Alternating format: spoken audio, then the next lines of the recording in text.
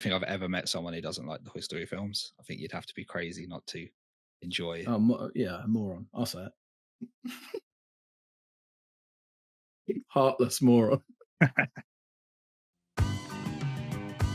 Welcome to The Dip, the podcast where we discuss our all time favorite theme park experiences and ask, which attractions would we want to keep us company if we were stranded on a deserted island? Each episode, we invite a new guest onto the show to share the story of their favorite attractions and how it has shaped their relationship with theme parks. We'll delve into theme parks' emotional and personal significance for our guests. Join us as we journey through the deeply personal connections our guests have formed with the hobby and the impact it's had on their lives. I'm delighted to welcome today's guest to the DIP podcast, blogger and podcaster, my friend, the one and only Isaac from the Hyperion Gazette. How are you doing today? Yeah, I'm good, man. You good? Yeah, good. Thanks for being our first video guest. Hey, who could do it better?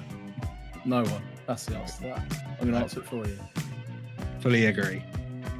We've known each other a few years now. We met in the classic UK enthusiast place, the Velvet Coaster in Blackpool. And I think we talked about Disney for a few hours. We did, yeah. Well, yeah. From what I remember, I was a few pints in. Yeah, ended in trilogy, of course. Yeah. I'm very interested to see how your island's going to stack up against my other guests. For any new listeners out there, I've got a little explanation. We've got 4 sections, and we use that to get to know you. The first section is Hyper. That's where we start building the island, and we find out a little bit more about your preferences. We'll move on to Giga. This is where we travel back a bit and dive into your history. And we have the Strata, and this is where we do the deepest dive into your relationships with theme parks. And of course, we have to end with a nighttime spectacular. So, let's get building your island. Start with Hyper. Section 1, Hyper. We'll start things off easy for you. What roller coaster would you like on your island? It's probably not going to shock anyone. Almost everything I'm going to say is at Disneyland Paris. Might be a bit lame, but just is what it is. What can you say? Roller coaster. I'm probably going. Probably Big Thunder Mountain. It's the obvious choice, but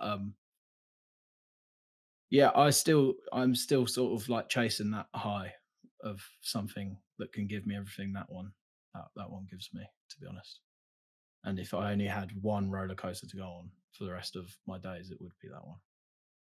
And have you managed to get on any of the other big thunders? No, no. Yeah, there's a very sad story. Get the violins out. I was supposed to go to Florida in 2020, but we know what happened there. And yeah, uh, all paid, and then I needed money, so we got the refund. So unfortunately, I haven't been able to. No. So this is Big Thunder in Paris. Yeah. I think, I mean, I've done a few of them now, and it's the best one by a long shot anyway. So That's what I've read. you, That's what I've read. yeah, you don't necessarily need to do the others. It's the only one on an island with a big tunnel that feels like you're going about 300 miles an hour. Yeah, the ending tunnel is just bizarre. Like I don't know. Every time I do that, it feels like it's going quicker. And I know it's not, but it does seem to. They seem to really throw you through that. Yeah. And I guess you're looking more into the theme as well as the coaster. A lot of our other guests have gone for big thrill rides with maybe no theme, but I guess your take on parks is more the overall experience. Oh, well, yeah, 1,000,000%, 1,000,000%. I mean, yeah, yeah, it's not even a debate there for me because uh, no theme and go home. Do you know what I mean? Yeah. That's a phrase I just coined. Yeah, look, I like a big coaster as much as the next guy, but they don't make me emotional. Put it that way. I don't get an emotional response to a good sort of unthemed still coaster. Um, Maybe I've not been on the right one yet, but no, for me, it's no, it's all about you queue, you get the smell of the coal, uh, of the steam, and then you walk down into the station, and you're sat in your train, and you get the person speak to you, wildest ride in the wilderness and all that, and then you're shot through, and then you sort of have all the views of Thunder Mesa as you go by, and Phantom Manor's just up on the corner, and it's the big, like, that sort of stuff. It's just the whole lot. The whole lot for me is just, yeah. There's not a bad moment on that coaster for me, because every time you go around, there's a view of something, and yeah, it's just it's perfect for me. I mean, that's what I want. Yeah, I think I always say to people, it's probably one of the best themed areas in the world. Thunder Mesa, as an overall land, it's one of those lands you can It's just exquisite. Yeah. you can just sit in it, can't you, and just take it all in. You don't even have to go on the rides. You can just chill You there. don't. No, you don't. And you can just, and you can get frozen margaritas there now in Paris, Yeah. which is really good. So I did that last year. We just sat and I had a beer, and yeah, just soaked it in. It was um that's the luxury, I guess, when you're fortunate enough to go to these parks a lot, you can afford to just sometimes take a bit of time, and it holds up just sitting there and just absorbing it all. Oh, it's the best. How do you feel about the Orlando Big Thunder having a Cars ride right next to it soon? With it, okay. Do you know what? It's one of those where I've been very flippant and been like, yeah, it's going to change, man. Like, get over it. It's going to change. But then if someone said they were doing that in Paris, I think I'd have a different reaction. Um, yeah, to be honest, it's not that it's a cars ride. I don't mind cars. I don't think I've got a massive problem with there being a cars ride there, because we know they can do spectacular cars attractions, right? So I don't necessarily have a problem with that. I question why they couldn't have maybe kept some water, because I do think water, just in terms of aesthetics, even if it was like a little river, it definitely helps with how a park looks. Does that make sense? And how a park Yeah, feels? it gives it a bit of kinetic energy, doesn't it? If there's a bit of moving water. Yeah, yeah. And like, I understand sometimes people are like, oh, it's very busy. I like to sort of look out in the serene. That stuff matters less to me personally. It's more that, just looks wise, it helps make it a more beautiful place. I've not been to Orlando, so it's like, I don't know how beautiful their frontier land is compared to ours. If that sense. What do you think? I mean, I don't think I've ever spent any time looking at the rivers of America in Orlando. It's kind of Mm. I walk past it to get to Big Thunder and to get to Tiana's now. I'll do Country Bears because I love Country Bears, but it's a dark area that I walk past, so I have no problem with them putting a brand new e-ticket there. But would you say you like you do that in Paris sometimes? You just sit and absorb it. Would you Yeah, say? Or would you Paris. say you're not? Yeah, I'd have a problem if they said, right, we're getting rid of Thunder Mesa. Okay, Um, okay. and I guess So that to goes, clarify, James' spicy take is yeah, just yeah. For is me, like Magic Kingdom's my least favorite Disney park out of all Disney parks, and I'm you read including that a the lot, studios actually. in that. Really, you got a thing for the studios, though, right? Yeah, yeah. I like rides, and Studio had a load of them at one point.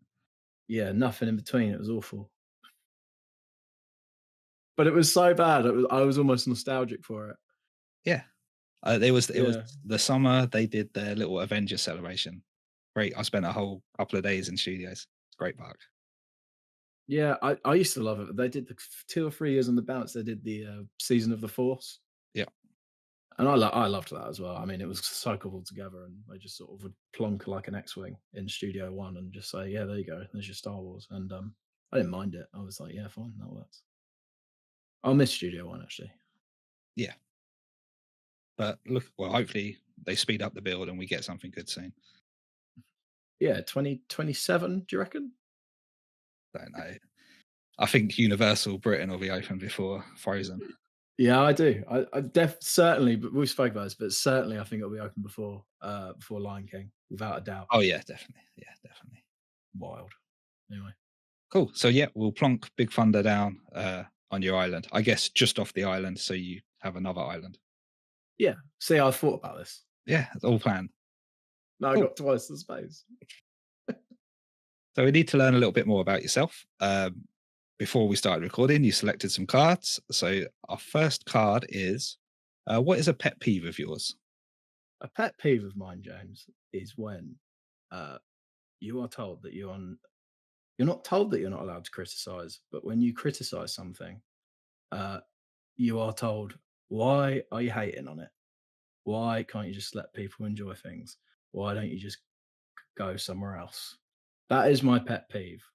Or if you see a film and you want to genuinely critique it because you enjoy analysis of movies and TV shows, and someone's like, "Hey, I enjoyed it. Why do you have to ruin it?" And it's like, I understand to a point, but it does annoy me that it feels like uh, we are not allowed to really. And this is about like inconsequential stuff, right? So really, movies and TV shows and theme parks, they're in the grand scheme of things, they're fairly inconsequential. And I mean that in terms of when you compare it to like other crap going on in the world. Do you know what I mean? Um, and I think if we're not allowed to maybe debate and discuss um, theme parks, then it just doesn't bode very well, does it? No. It doesn't bode very well for society in general. Um, And I think it's kind of the online problem, isn't it? Of everything yeah, has to be binary now. You either hate it or it's the greatest thing ever. There's no in between anymore. yeah, you can't be like, yeah, that was good, but I don't like this part of it, Yeah. or I don't like this part. There's no sort of nuance in things a lot of the time. I mean, there are pockets of it, and I'm finding like actually it's not as big of a problem in real life. Most people can you can sort of say, "Oh, I didn't like this and I didn't like that," and people will be like, "Hey, yeah, fair enough." But it's definitely a Twitter thing, if you like. Otherwise, we wouldn't need spicy accounts, would we? Do you know what I mean? Exactly. We wouldn't need little secret accounts. But I think it's for me that came up uh the last Star Wars film that came out. I've loved Star Wars my whole life, loved them all. Yeah, same. The Last I think Jedi is one of the best for you me. no way you believe that. Yeah, I Empire love The is the Last Jedi. best. It's probably my favorite one. I Okay. mean that. Empire, It- then Last Jedi. Yeah, yeah, same, exactly the same. yeah, I love Last Jedi. Faults and all. And then I hated I don't know what it's called. Rise of Skywalker. Rise of Skywalker. That was yeah. That's But I if, kind of haven't really been able to go back after that. but if you say that you hate the Rise of Skywalker, then you're lumped in with the crazy online Star Wars fans who hate everything Yeah, Disney have ever done. fandom menace. Yeah, Yeah, I've had that yeah, accusation thrown at me yeah. before.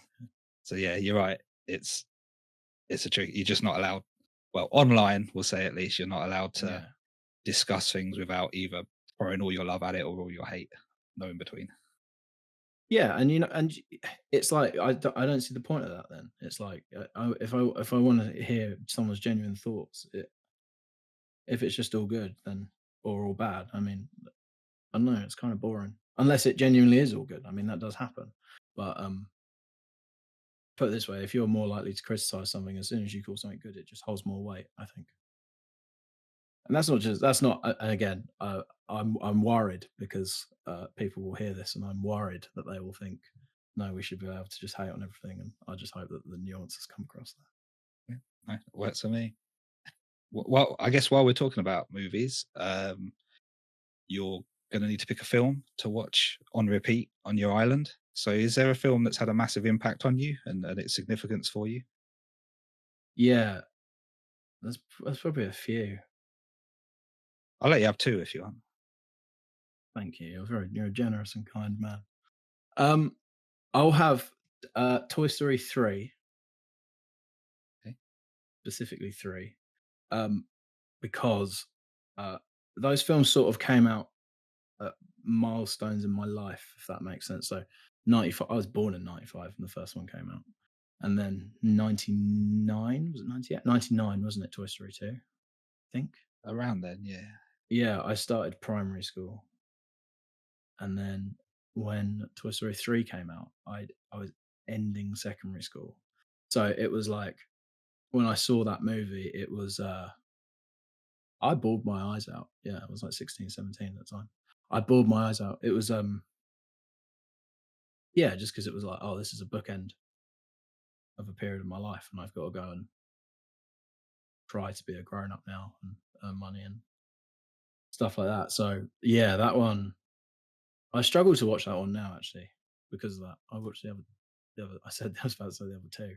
I haven't watched Toy Story 4 again since the Yeah, cinema. yeah, same. I Not great. didn't even think it was bad. But yeah, it was like but I wish they'd left it at 3. I think so. It Yeah, was like I do think that's the perfect trilogy. I don't think there's a trilogy that's done it better than that.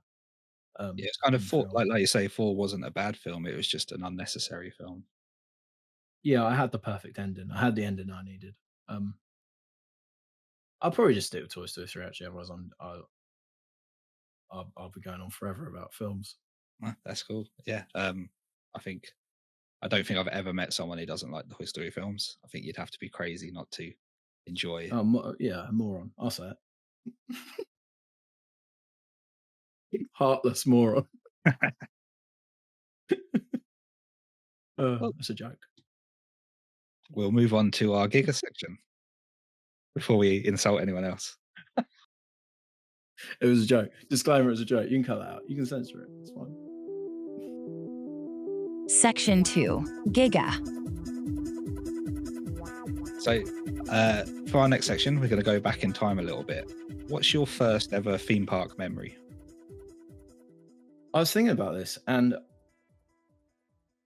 it's hazy. But I think actually it's um Legoland. Actually, um, I remember very vividly doing. I don't even know if it's still there because I've not been back to Legoland since this point. Um, there's a question later on that you've showed me, previewed, and yeah, I'm not going to be able to answer it really. But I was doing the helicopters. Is the helicopters that spin still there? They might Think not so? be. Yeah, I think it Yeah, still is. I remember doing that with my grandfather, who is no longer with us. Actually, I was very close to him, and I would just constantly spin up and down, and he felt really ill. And I vividly remember him being like that, and yeah, uh, yeah, and actually, I still talk about it with my nan today. She still brings it up and says that. So that is probably my earliest one. Um, yeah, yeah, I guess that would have been quite near the opening of Legoland. it I must have think been. Yeah, I think it was like 94, 95 it opened, I think. yeah. So yeah, it's probably about 98, 97 maybe. We went. I was very young, and I got my driving license as well. That's That's good. the issue I remember. And the little tiny London, is it London or little tiny village? Yeah, yeah. And Yeah. did it become like an annual thing with family to go to theme parks, or was that kind of a one-off? That was kind of a one-off. We spent a lot of time going to France for holidays because I live in Kent. It was like 20 minutes, and you're at the Channel Tunnel, and so it was actually easier to go to France than anywhere else. So we used to go to France quite a lot, and we'd often end the trip a uh, with a day at Disneyland. Um, so we did that. We did that for a few years, and then I was such a wimp. We were all wimp. Me and my sisters were such wimps. We get like terrified of characters, and we go on Pirates of the Caribbean and cry our eyes out.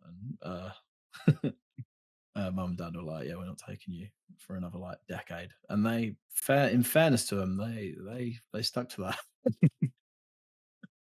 I think I last went to Disney. I was maybe 5 or 6. I didn't go again until I was 17.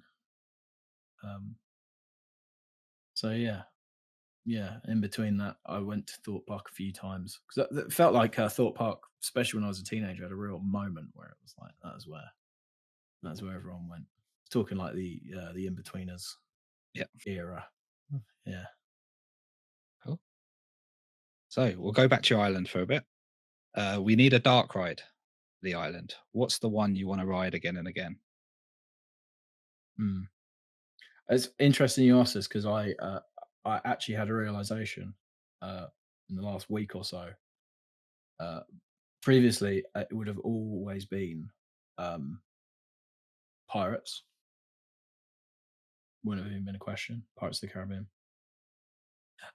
But now, the first time I actually realized that Phantom Manor is my favorite dark ride.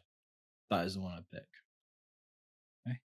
And is that as you've got older, is it the spookiness of it that's brought it out, that swapped it for I horror? hate spooky. I hate spooky stuff.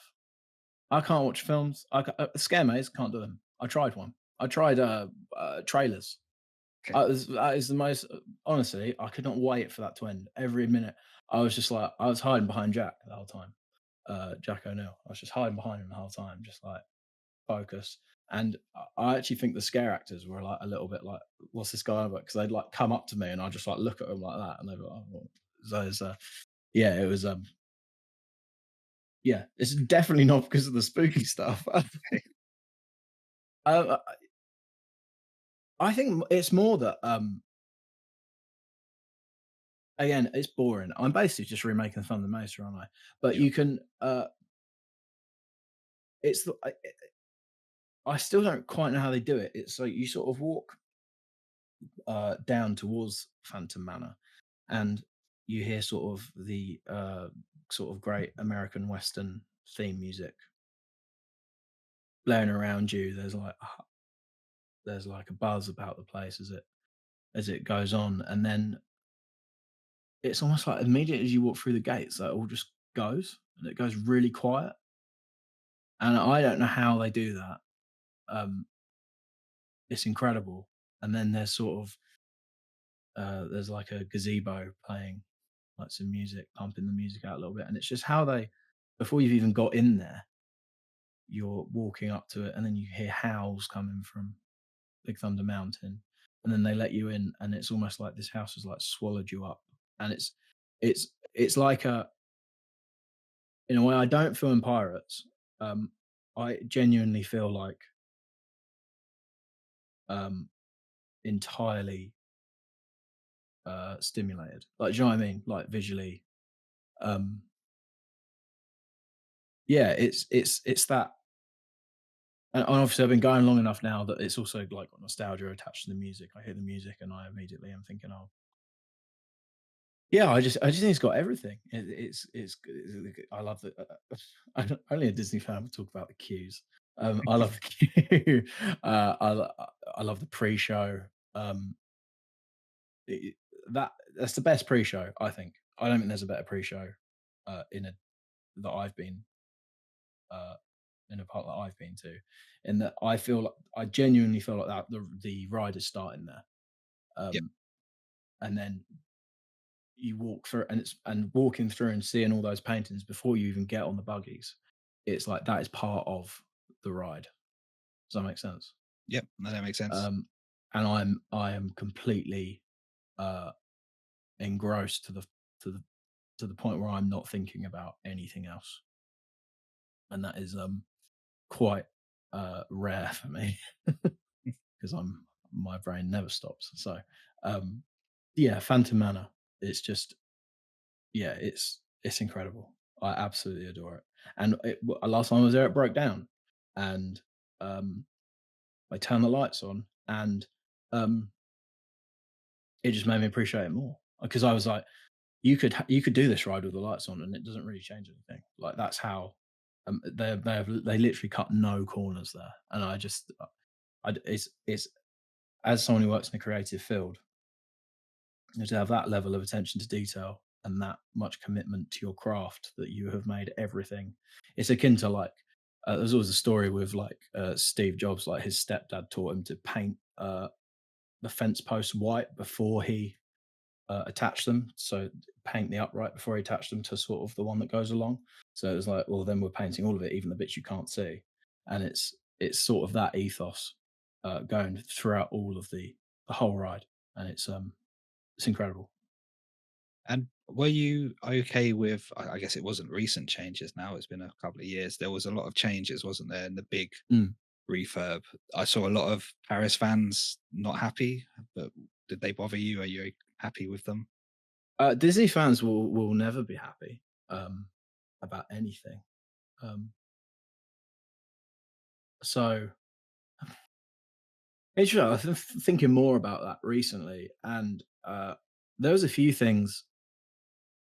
I so the thing was is that old Phantom Manor really rewarded being a fan because if you went and looked up everything, and like learnt the backstory, and you got a lot more out of it. But most people aren't doing that, let's be honest. So I think having a story that's slightly more obvious. I understand why I did it. I honestly, I don't, I don't really mind attractions changing. Um, it doesn't take away the memories of what you had before. I don't think it's significantly worse. I think there's parts of it where I'm like, this it isn't as good. um, but then other things we got Vincent Price's narration. We never had that before, and they never played it. So yeah, in many ways, it doesn't upset me, put it that way. Which version you having on the island? The original, but with Vincent Price's narration. Can I do that? Yeah, you can do that. Yeah, we'll It get did. It did go around once or twice, Yep. I think, in the first Okay. few years. So that's the Yep. one I would go with. We'll let you off on that one then. Oh, we need to dive a bit deeper now. The next card you selected was what are you currently addicted to? Country music. Okay. And I know you are as well, James. Yeah. I'm blaming Bobby for that one. Yeah.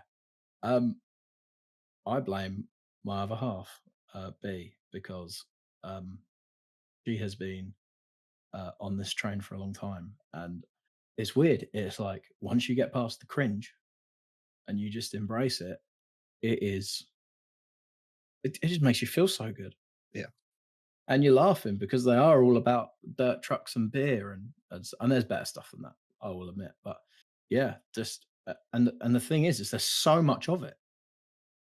Usually, it's like with music, I'm like, okay, I'll find like an album that I really like every couple of months. Now I'm sort of this flipping country thing I'm on. It's like there's loads of music and it's coming out all the time, and it's yeah, I'm really enjoying it. And It's just they chill. they all sing with each other as well. So you'll They get do. they're all mates, it seems. Yeah, it's bizarre. It's just it's so it is so like the opposite of how stuff works in this country. Like I'm looking up and it's like, oh, uh, Zach Top is like supporting Lainey Wilson in America, and you're like, what the hell? Like that's two like great artists that you get to see at the same time. So yeah, just bought a ticket to country. So uh, yeah, it's great. I love it. That's good. That's good. That's a safe addiction. There could be It much is worse actually. addictions. No, that is a good point. There are. I just imagine someone going on here and being like, "Yeah," and then just like coming out with the most outrageous thing. Cool. So speaking about music, your island's going to need a soundtrack.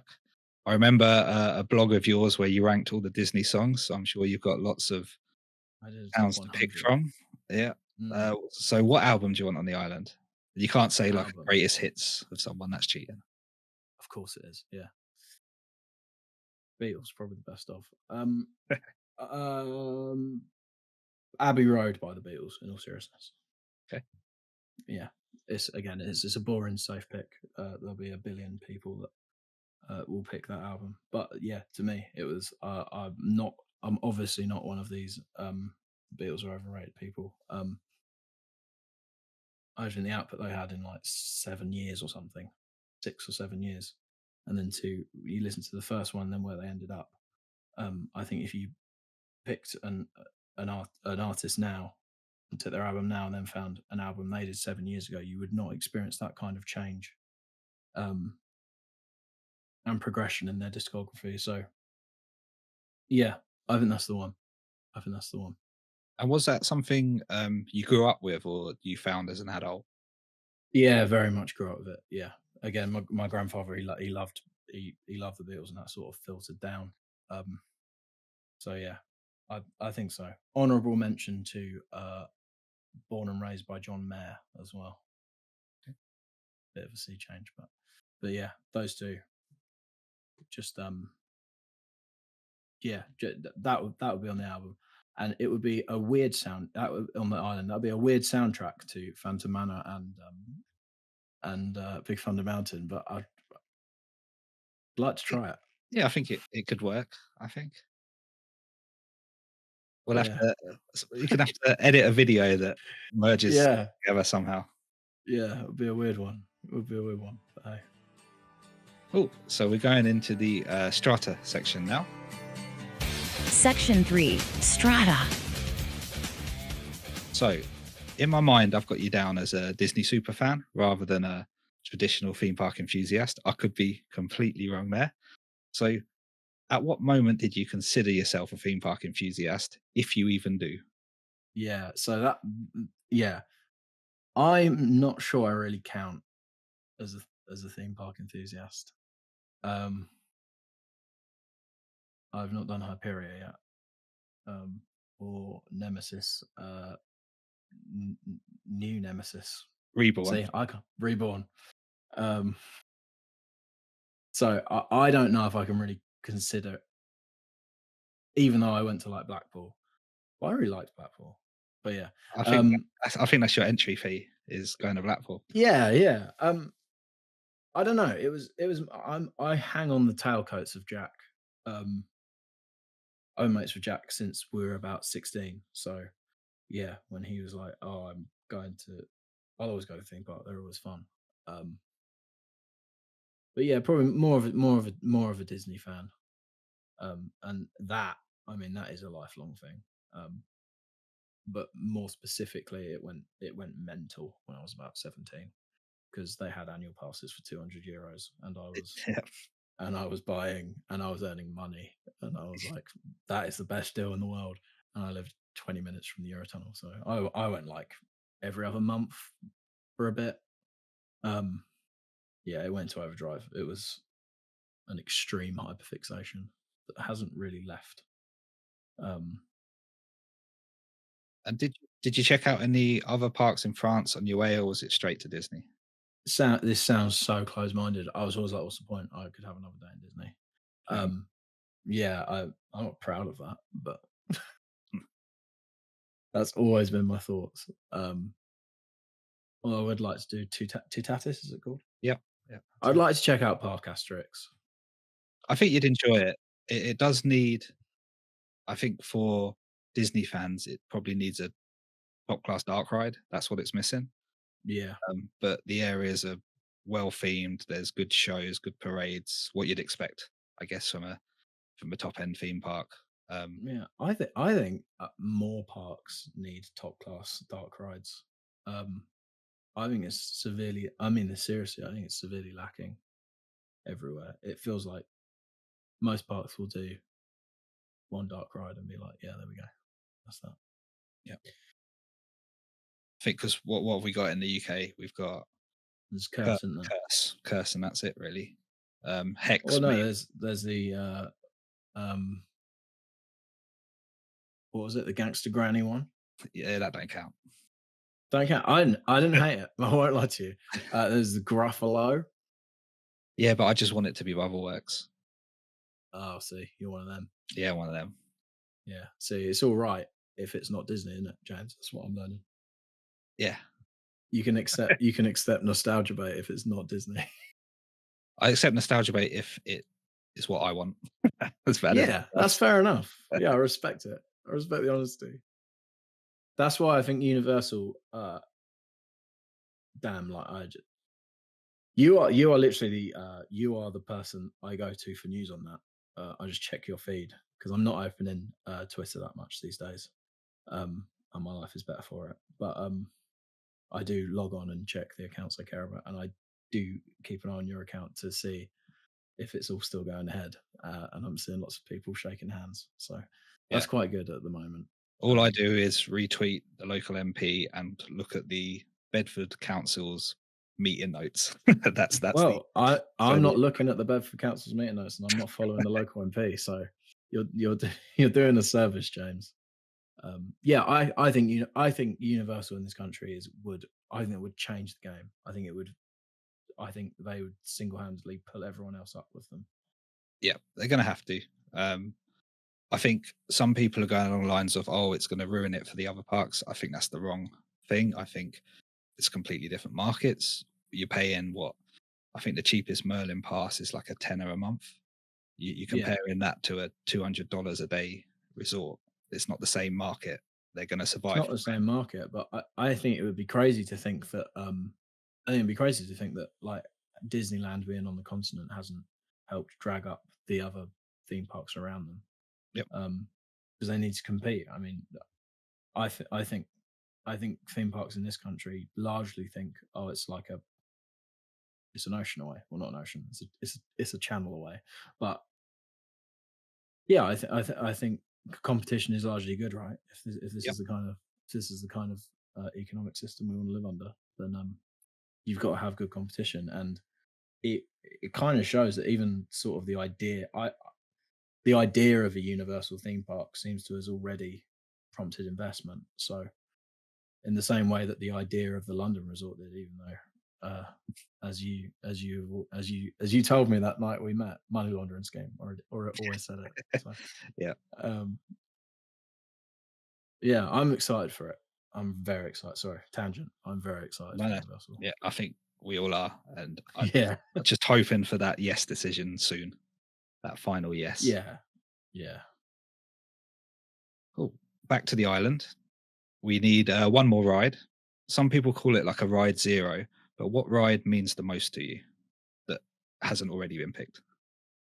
This is going to sound wild. My instinct is to go for Peter Pan's Flight. But I don't think I'm going for that. I think I'm going to go for. I think I'm going for Rock and Roller Coaster, but the one that was in studios. Okay. Maybe just because it would give me a chance to ride it again and experience. I honestly, that is one that I think is actively worse since its retheme. I don't know why. I appreciate it's heavily based on nostalgia, but I loved walking through and seeing like old Epiphone guitars like signed by people I hadn't heard of in like 20 years, and Yeah. and the weird pre-show and the Aerosmith music, and I'd have it so all the trains audio always works. That I would do that because I wouldn't want to take that part with me. But I loved that ride, and it was like one that and my dad loved that ride, and we did that a few times. Whenever we went together, we'd always make a point of sitting with each other on that ride. So, yeah, that is one I think I'd take, and I think so. I think that again, Ride Zero. It's not. I interpret that to mean that it doesn't actually have to be entirely logical. It's just No, what the definitely gut not. says, doesn't it? Yeah, but you're right. There was something to that studios. Just about how weird it was, but Yeah. it's. I think the weirdest one for me is you could hear Limp Bizkit in a Disney queue line audio. Yeah, and then Yellow by Coldplay would play. Yeah. It was just the weirdest thing. It was so bizarre, but in like a way. I was going to say in a way only Walt Disney Studios could be, but yeah, I guess they do have Rock and Roller Coaster in the Hollywood studios, but it's a different story. Like the one in Hollywood studios has a theme that has a story, and then Paris they went, could we copy that story? Nah, we'll just say we're designing a roller coaster. The most basic the theme is that it's a light show experience on a roller coaster. But it just worked. I just loved it. I love the light show. It was better than the pitch black and projections that we have now. Yeah, I miss that, man. I miss that. Cool. So we're on to our last deep question now. So what's an experience you'd want to relive over again? Seeing Dreams for the first time. Disney Dreams for the first time. Because we went over there. Sky were doing a promo for the 20th anniversary. And they were giving like 2 free tickets away. This is how you know it's just a different era of Disneyland Paris, and they just needed people to go over there. 2 free tickets, day tickets, but we went for the day. And Dad was like, "Oh, there's some sort of nighttime show on, so just said nighttime spectacular. We had no idea what that meant. Um, and it started, and it had that little fanfare at the beginning where the lights pointed to the star. And me and Dad went, oh, okay, guess that was quite good. And we thought that was it. And then what came afterwards just blew my mind. And I honestly, I was like mouth open the whole time. Because it's Peter Pan. That is another one, probably my favorite Disney animated classic is Peter Pan. And then just how it just wove the story together. Yeah, that was and I think it was actually that sparked my sort of obsession. I was like, oh, this is incredible. Yeah. From a creative point of view. So that's what I'd like to relive. And is are they showing Dreams at the moment, or did they change again? 'Cause didn't They go? went back to, for some reason, they went back to Illuminations. Oh, okay. I make it make sense. Yeah. They brought it back, so we've got to see it again, which was really nice. And I think that'll probably be the last time we ever see it. But yeah, it was really good. It was nice to see it again. Although I feel like they definitely toned down the pyro on it. But yeah, I'd like to relive that again. So that was seriously good. And I think no one does the end of day spectacular as good as Disney.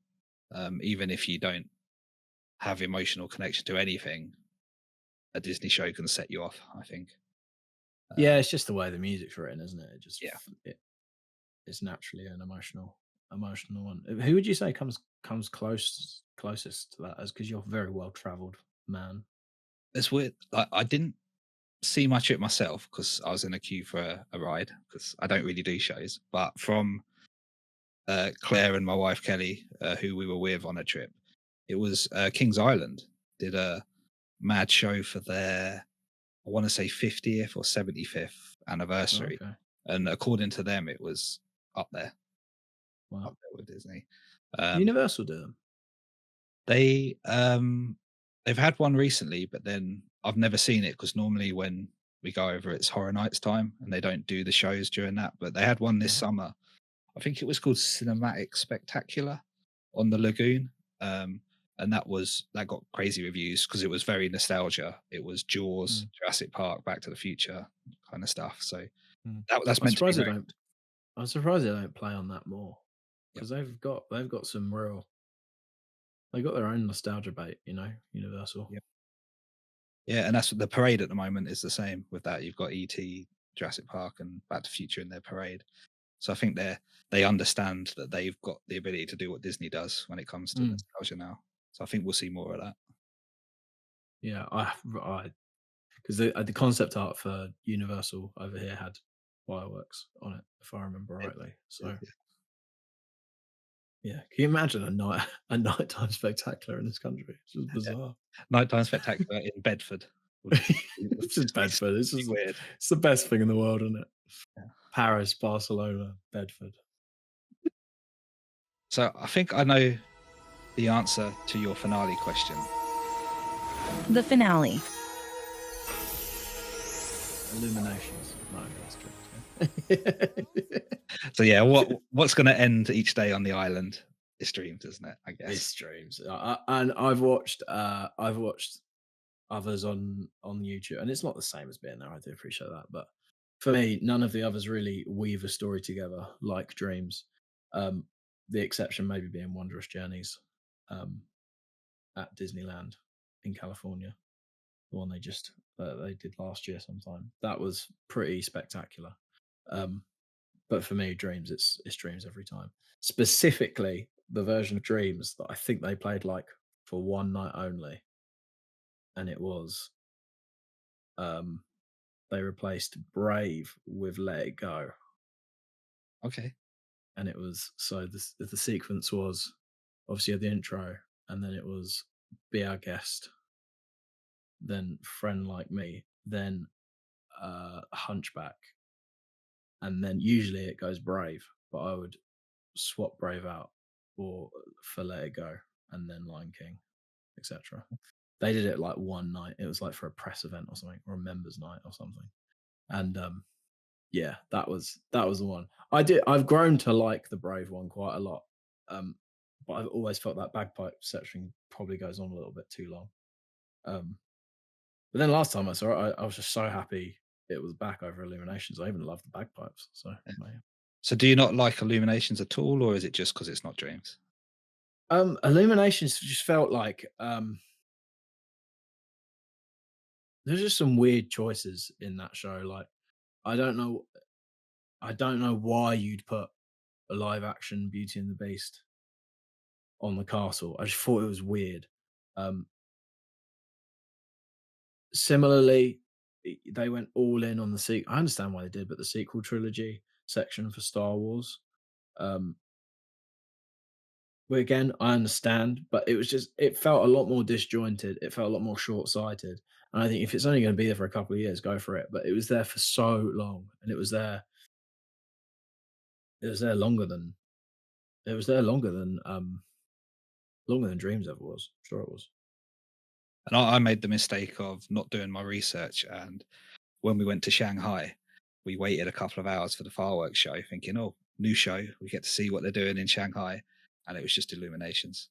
Was it really? I didn't Yeah. know that. Yeah, Mate, I'd have been fuming. it started up, and we both looked at each other and went, "Oh no." I just Yeah, don't. I don't. What with the same like live action Beauty and the Beast they sort of thing. they added.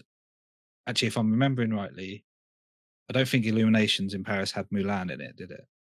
No, it didn't. So It would have been better for it. yeah, they added a Mulan section, but the rest was note for note, just on a fatter castle. Yeah, I don't like that castle. I think it's crossed over to being too big. It's I like Shanghai Disney, but it doesn't necessarily feel like a Disney park.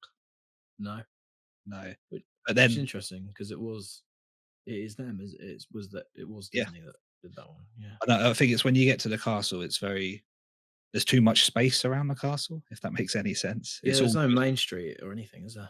no, it's Mickey's Toontown type something. Is Yeah, it's a bizarre one.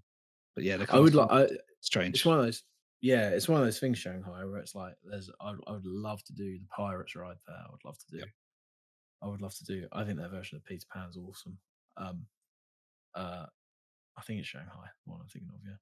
Yeah. But yeah, it's Hong Kong probably appeals more than. Yeah, if I was than, going back, I'd say, yeah, I'd go to Hong Kong before I'd go back to Shanghai. Yeah. But then if you're sort of that part of the world, If you're there, you might as well do them both. yeah, yeah. How long after you go back to China? Yeah. Yeah. Cool. So, yeah. Well, thank you so much for taking the time to speak with us today. Where can listeners find you online? I'm on Twitter or X, Hyperion Gazette. I'm use Threads more. I'm not sure it's actually much better these days. It was sort of really fun and positive, and then it's just as more people have joined, it's going the same way. But I'm on Threads. I do HyperionGazette.com. I have a blog that I publish to occasionally when I feel like something. So that's about it. That's what I can find. Cool. Thank you very much. Speak soon. Speak soon, James. That was Desert Island Parks. Thank you for listening, and a massive thank you to our guest. Please remember to subscribe, leave us a review, and follow us on all social media at The Dip Podcast.